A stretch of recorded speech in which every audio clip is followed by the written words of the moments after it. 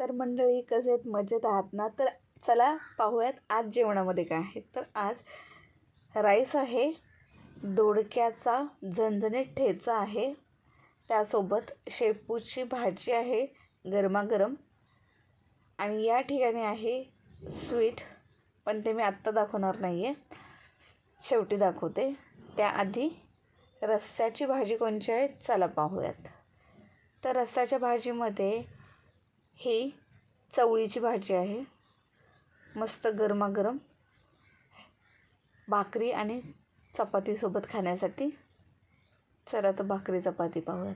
त्यानंतर ना स्वीट दाखवते तुम्हाला. शेवया आहेत गोड. तर ही आहे आजची आपली जेवणाची व्यवस्था. तर तुम्हाला अशा प्रकारचे छान छान व्हिडिओज आवडत असतील तर सर्वप्रथम जाण्यापूर्वी चॅनलला सबस्क्राईब फॉलो करा.